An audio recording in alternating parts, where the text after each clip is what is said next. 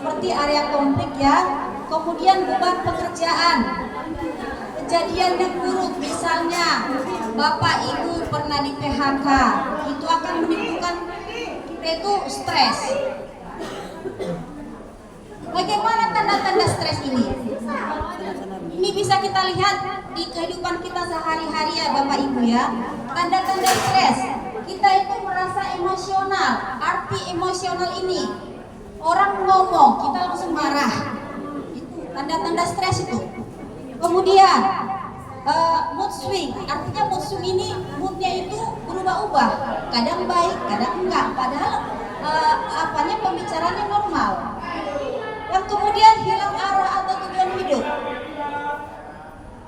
tidak percaya diri, merasa kesepian, tertekan, menarik diri dari lingkungan. Maksudnya menarik diri dari lingkungan ini, di tempat ibu mungkin ada kebaktian atau pengajian, tapi bapak ibu tidak pernah mau ikut, gak mau ke lingkungan itu.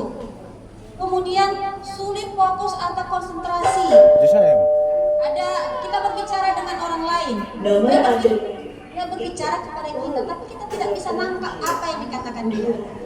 Kemudian tubuh kita terasa kaku, mudah pegel dan terasa nyeri. Kemudian susah berpikir positif.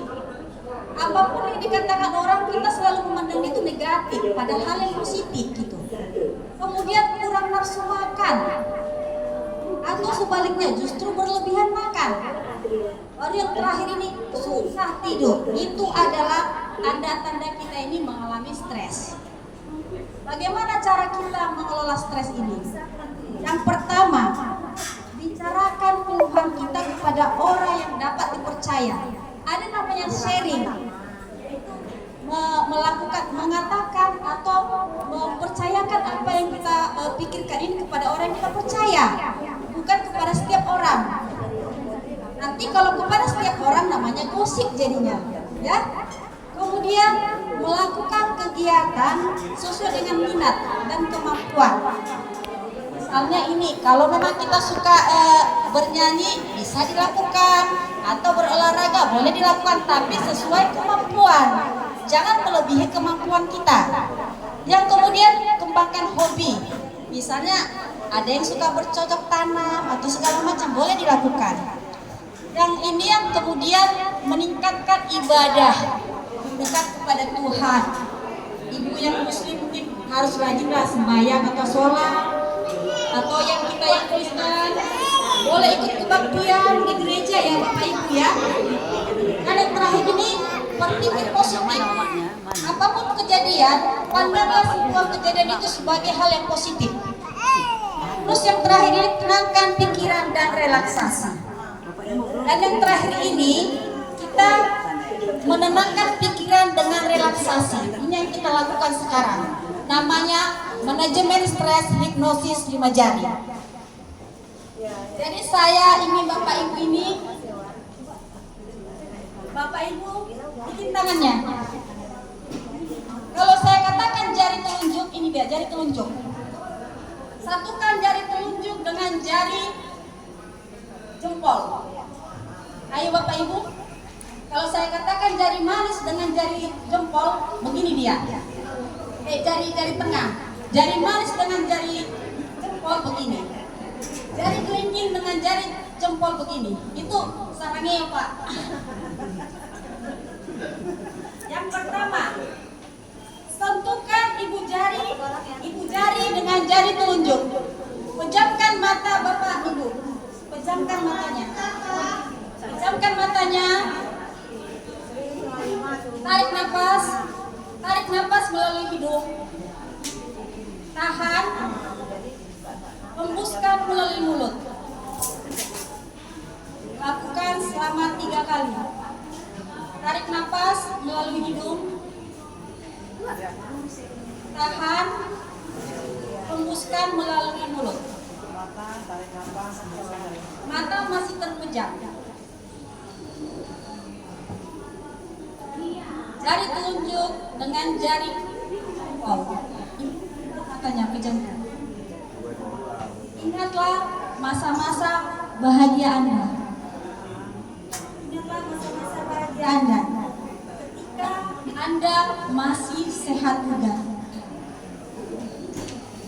Ingat Bang So. Apa yang membuat Anda itu sehat bugar? Itu yang Anda bayangkan. Tahan selama beberapa detik. Tarik nafas. Kemudian lepaskan. Kemudian jari jempol dengan jari tengah. Sebenarnya ini dilakukan di daerah yang Tenang. ya. Tapi bisa nanti Bapak dilakukan di rumah. Bisa nanti untuk manajemen stresnya. Pasang musik yang juga paling boleh. dah. Pasang musik klasik boleh ya. Yang kedua, satukan jari tengah dengan jari jempol. Tarik nafas melalui hidung, tahan, kemudian lepaskan dari mulut. Ingatlah saat-saat kita bersama orang-orang yang kita sayangi. Ingat kalau kita ini bersama orang tua kita semasa kecil. Ingat kalau kita ini pernah punya anak yang masih kecil yang kita sayangi. Hal-hal yang menyenangkan di step kedua ini ingatlah. Tarik nafas, tahan, lepaskan dari mulut. Step yang ketiga yaitu satukan jempol dengan jari manis. Tarik nafas, tahan, kemudian lepaskan dari mulut. Sambil terpejam mata kita, ingatlah bahwa kita pernah dihargai, bahwa kita pernah mendapat penghargaan dari orang lain.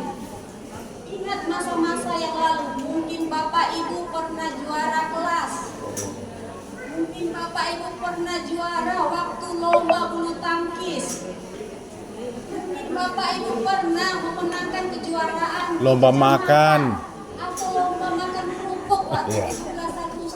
Ingatlah masa-masa kita pernah dihargai oleh orang lain. Ya. Kemudian tarik nafas,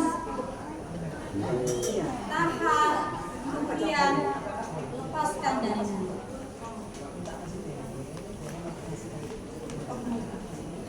Yang keempat, step keempat adalah satukan jari kelingking dengan jari jempol. Tarik nafas, tahan beberapa detik, kemudian lepaskan dari mulut. Ingatlah kalau kita ini pernah berada di tempat yang sangat menyenangkan. Kita pernah pergi berkunjung ke tempat wisata, ke tempat yang kita inginkan.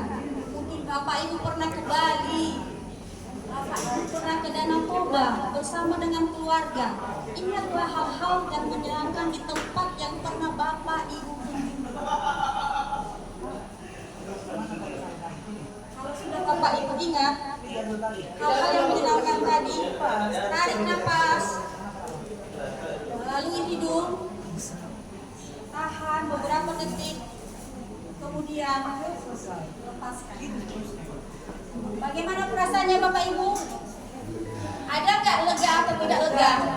Tipis-tipis lah. Tipis-tipis ya. Mungkin situasi yang membuat ya. Jadi nanti ini ada ininya ya, kertasnya. Sebenarnya ini dilakukan di tempat yang tenang.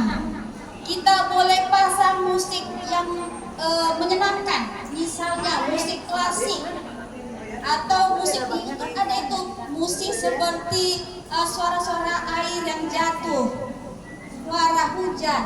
Boleh kita lakukan. Kalau kita misalnya ini ada suatu ancaman atau stres kepada kita, kita tidak bisa mengelolanya lagi, ya malah bisa kita lakukan.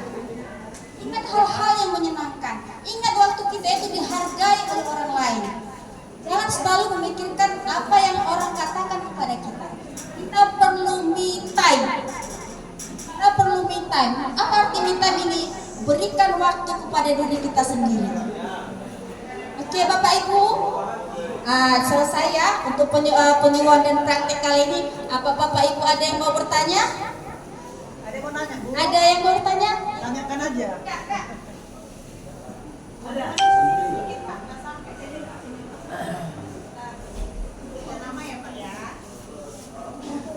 Nama saya Poltak Putar-Putar.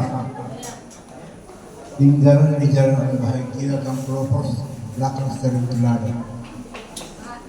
Keluhan saya, Bu, seperti Ibu bilang tadi, ada yang dalam pikiran saya mau saya cetuskan sama yang saya kasih, kadang-kadang tidak bisa dapat terlaksana.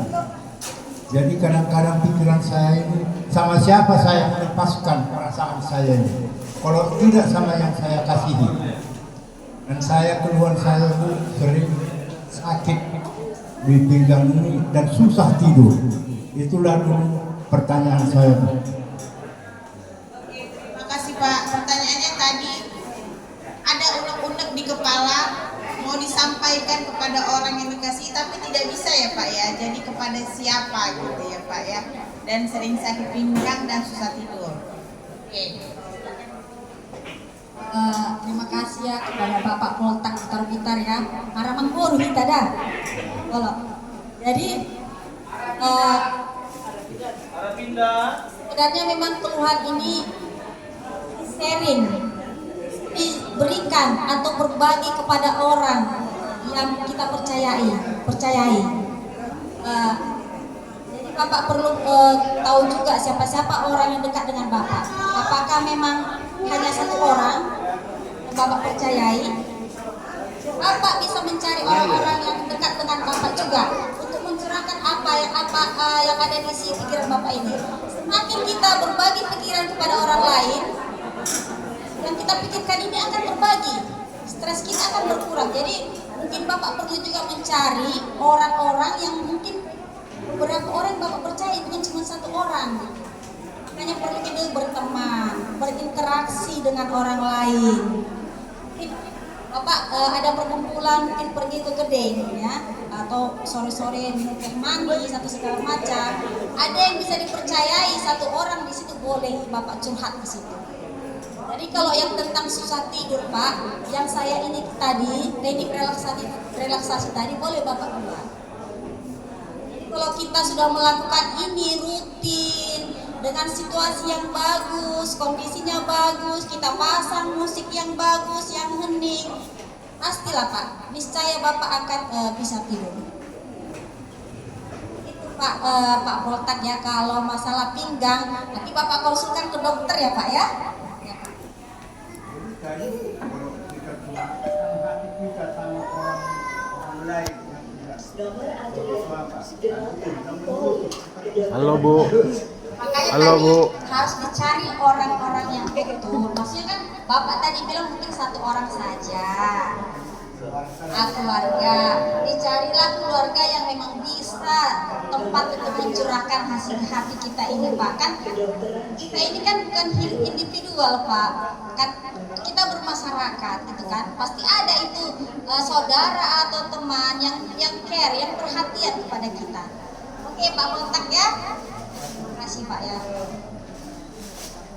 Terima kasih Ibu atas penjelasannya. Ada lagi yang mau bertanya Ibu-ibu?